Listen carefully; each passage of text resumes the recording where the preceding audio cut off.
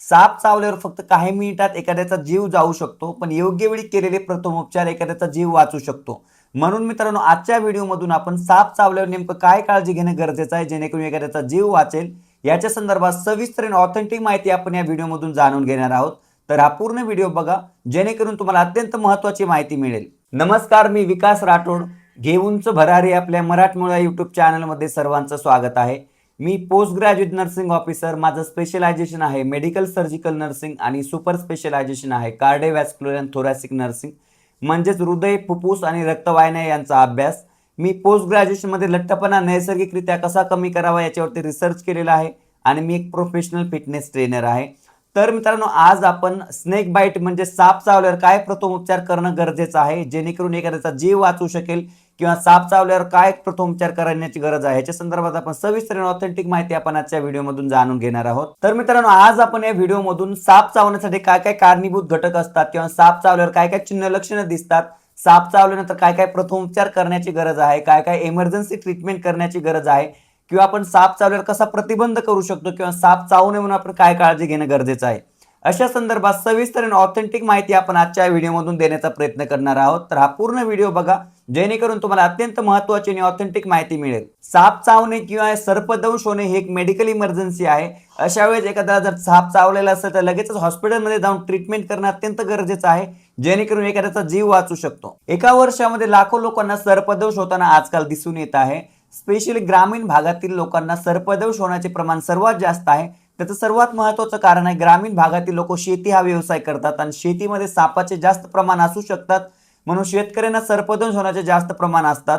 म्हणून मित्रांनो, आजच्या व्हिडिओमधून आपण साप चावल्यावर काय प्रथमोपचार करणं गरजेचं आहे, किंवा हॉस्पिटलमध्ये केव्हा जावे, किंवा केव्हा हॉस्पिटलमध्ये जाऊन ट्रीटमेंट करणं गरजेचं आहे, याच्या संदर्भात सविस्तर आणि ऑथेंटिक माहिती आपण या व्हिडिओमधून दिलेली आहे. तर मित्रांनो, सर्पदंश किंवा स्नेक बाईट म्हणजे काय ते आता आपण पाहूयात.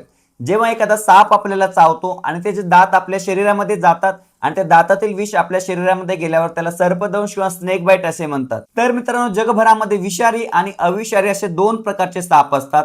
जेव्हा एखादा विषारी साप आपल्याला चावतो तेव्हा त्याच्या शरीरातील विष आपल्या शरीरात जाते आणि आपल्याला धोका उद्भवू शकतो किंवा आपला जीव जाऊ शकतो. पण जेव्हा अविषारी साप आपल्याला चावतो तेव्हा त्याच्या शरीरामध्ये कुठल्याही प्रकारचे विष नसते, परंतु भीतीमुळे आपला जीव जाऊ शकतो. म्हणून अशा वेळेस काय प्रथमोपचार करणं गरजेचं आहे याच्या संदर्भात आपण पाहूयात. तर मित्रांनो, आता आपण पाहूयात कोणत्या कोणत्या प्रकारचे विषारी साप असतात.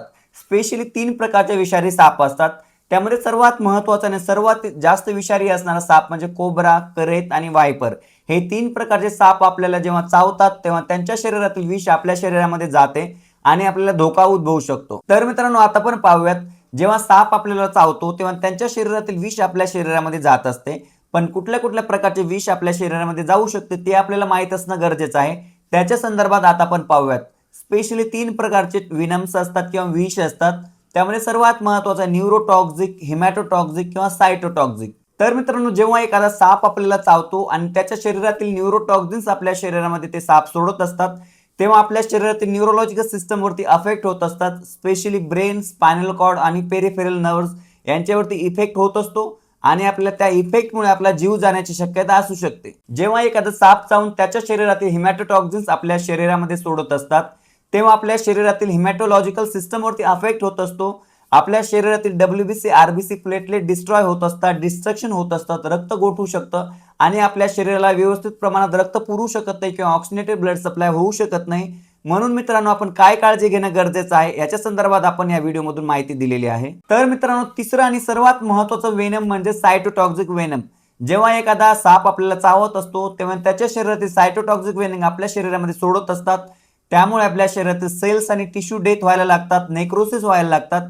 म्हणून मित्रांनो, आपण व्यवस्थित काळजी घेणं गरजेचं आहे किंवा त्वरित हॉस्पिटलमध्ये जाऊन उपचार करणं अतिशय महत्त्वाचं आहे. तर मित्रांनो, आता आपण पाहूयात सर्पदंश किंवा स्नेक बाईट होण्यासाठी काय काय कारणीभूत घटक ठरू शकतात ते आता आपण पाहूयात. जेव्हा आपण अनवाणी पायाने कुठे जात असाल, काम करत असाल, शेतात काम करत असाल किंवा जंगलात चालत असाल, शहरामध्ये स्ट्रीटवरती चालत असाल, तरी मित्रांनो आपण व्यवस्थित काळजी घेणं गरजेचं आहे. तर मित्रांनो, सर्पदंश किंवा स्नेक बाईट होऊन मृत्यू होण्याचे प्रमाण सर्वात जास्त धोका कोणाला असतो ते आता आपण पाहूयात. शेतकरी शेतात काम करत असतात तेव्हा त्यांना वेगवेगळे सापाचा सामना करावा लागतो किंवा त्यांना सर्पदंश होण्याचा सर्वात जास्त धोका असू शकतो. किंवा जंगलात काम करणारे लोक किंवा फार्मर, लेबर किंवा लहान मुले या सर्व ग्रुपना सर्पदंश होऊन मृत्यू होण्याचे प्रमाण सर्वात जास्त आहे. म्हणून ह्या ग्रुपने व्यवस्थित काळजी घेणे अतिशय महत्त्वाचं आहे. तर मित्रांनो आता पण पाहूयात, जर एखाद्या सापाने दंश केला किंवा स्नेक बाईट झालं तर बाईटच्या ठिकाणी काय काय चिन्ह लक्षणं दिसतात ते आता आपण पाहूयात. जर एखाद्या ठिकाणी जर आपल्याला सर्पाने दंश केलेला असेल तर त्या ठिकाणी वेदना होणे, सूज येणे किंवा लालसर होणे किंवा फणाचा मार्क म्हणजे सापाच्या फणाचा मार्क आपल्याला दिसून येतो. अशा प्रकारचे चिन्ह लक्षणं आपल्याला जर स्नेक बाईट झालेला असेल किंवा सर्पदंश झालेला असेल तर आपल्याला दिसून येऊ शकतं. तर मित्रांनो जेव्हा एखादा सर्प आपल्याला दंश करत असतो किंवा साप आपल्याला चावतो तेव्हा काही अर्ली सिम्पटम दिसून येऊ शकतात.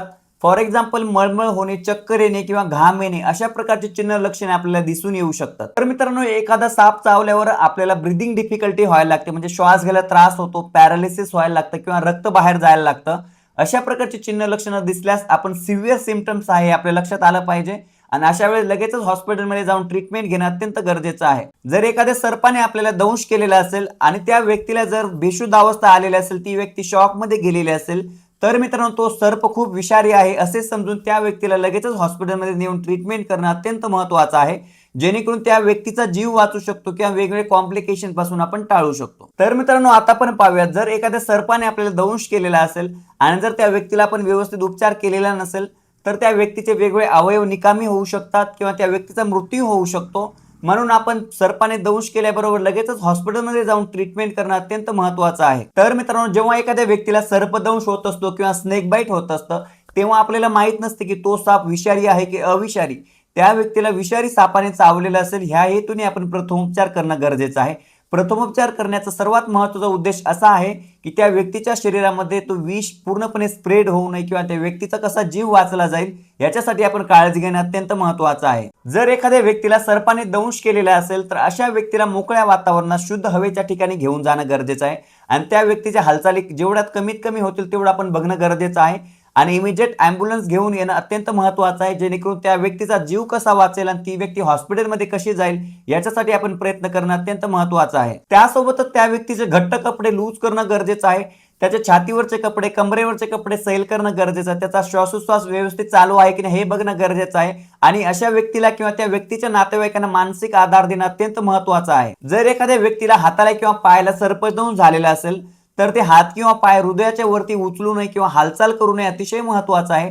त्याचं सर्वात महत्त्वाचं कारण आहे ते हातातून किंवा पायातून ते विष पूर्ण शरीरामध्ये पसरू शकते, म्हणून आपण ते हातपाय न हलवणे अतिशय महत्त्वाचं आहे. तर मित्रांनो ज्या व्यक्तीला एखाद्या हाताला किंवा पायाला सर्पदंश झालेला असेल तर ती जखम स्वच्छ कपड्याने स्वच्छ करणं अतिशय महत्त्वाचं आहे, जेणेकरून ते विष बाहेर कसं पडेल किंवा शरीरामध्ये कसं पसरू नये याच्या संदर्भात आपण काळजी घेणं अतिशय महत्त्वाचं आहे. जर आपल्या शरीराच्या कुठल्याही भागाला जर सर्पदंश झालेला असेल तर ती जखमेवरती कुठल्याही प्रकारचा वस्तू लावू नये, मीठ लावू नये, हळद लावू नये किंवा ती जखम कापू नये किंवा त्या जखमेतील विष शोषू नये किंवा बर्फ लावल्यामुळे ती जखम वाढू शकते किंवा विष बाधा जास्त होऊ शकते. म्हणून आपण अशा प्रकारची काळजी घेणं अत्यंत गरजेचं आहे आणि इमिजिएट 108 ला कॉल करून ॲम्ब्युलन्स बोलावून लगेचच हॉस्पिटलमध्ये जाऊन अत्यंत महत्त्वाचा उपचार करणं गरजेचं आहे. आपल्या शरीरातील कुठल्याही भागाला जर सर्पदंश झालेला असेल, स्नेक बाईट झालेला असेल तर ती जखम कापू नये किंवा बर्फाने शेकू नये, त्या ठिकाणी विष शोषू नये अशा प्रकारची काळजी घेणं अत्यंत गरजेची आहे. खूप लोकांमध्ये असा गैरसमज आहे की आपल्या शरीरातील कुठल्याही भागाला जर साप चावलेला असेल तर त्या साप चावलेल्या थोडंसं वरच्या ठिकाणी एकदम कपड्याने घट्ट बांधून ठेवण्याची प्रथा आहे. ते अजिबात करू नये, त्यामुळे आपल्याला धोका उद्भवू शकतो. अशा रुग्णाला लगेचच हॉस्पिटलमध्ये जाऊन ट्रीटमेंट घेणं गरजेचं आहे. अँटी स्नेक वेनम घेणं अत्यंत महत्त्वाचं आहे, जेणेकरून ते विष बाधा पॉयझन आपलं कमी होईल आणि त्या व्यक्तीचा जीव कसा वाचेल याच्यासाठी हॉस्पिटलमध्ये जाऊन उपचार करणं अत्यंत महत्त्वाचं असतं. Anti snake venom is the main treatment for snake bite. म्हणजे जेव्हा कधी आपल्याला सर्पदंश होत असतं अँटीवेनम हे सर्वात महत्त्वाचा उपचार आहे.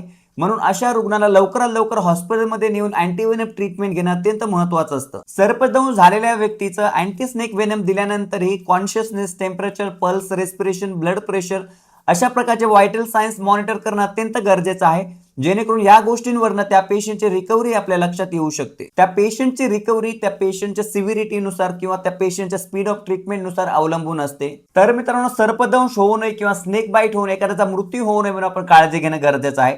त्यासाठी आपण कुठेही शेतामध्ये, जंगलामध्ये काम करत असाल, कुठे अनवाणी पायाने चालू नये किंवा रात्री जर बाहेर जात असाल तर टॉर्च घेऊन जाणं अत्यंत महत्त्वाचं आहे किंवा उंच गवतात जंगलामध्ये रात्री जाणं अत्यंत धोकादायक आहे, ते आपण टाळलं पाहिजे किंवा जिथे सर्पांचा वास असतो अशा ठिकाणी आपण जाणं टाळलं पाहिजे किंवा लहान मुलांना आपण व्यवस्थित काळजी घेणं गरजेचं आहे, जेणेकरून त्यांना सर्पदंश होऊन त्यांचा जीव जाणार नाही किंवा ते धोक्यामध्ये जाणार नाही, म्हणून आपण अशा प्रकारची काळजी घेणे अत्यंत महत्त्वाचे आहे. म्हणून मित्रांनो, सर्पदंश झाल्यावर काय प्रत्युपचार करणं गरजेचं आहे याच्या संदर्भात लोकांमध्ये जनजागृती करणं गरजेचं आहे, कम्युनिटी अवेअरनेस करणं गरजेचं आहे, जेणेकरून लोकांचा जीव जाणार नाही किंवा लोक धोक्यामध्ये जाणार नाही, त्यांना कॉम्प्लिकेशन येणार नाही. म्हणून आपण अशा प्रकारची जनजागृती करणं अत्यंत महत्त्वाचे आहे. तर मित्रांनो, आरोग्य हीच खरी संपत्ती आहे, म्हणून आपल्या स्वतःच्या आरोग्याची काळजी घेणं गरजेचं आहे. तर मित्रांनो, अशाच विविध आजारांबद्दल, आरोग्याबद्दल, फिटनेस रिलेटेड किंवा वजन कसं कमी करावं, मोटिवेट कसं राहावं किंवा करिअर गायडन्स बद्दल जर तुम्हाला माहिती जाणून घ्यायची असेल तर आमच्या घेऊनच भरारी या मराठमोळा युट्यूब चॅनलला सबस्क्राईब करा. आणि जर तुम्हाला आमचे व्हिडिओ आवडत असतील तर लाईक, शेअर आणि कमेंट करायला विसरू नका. धन्यवाद.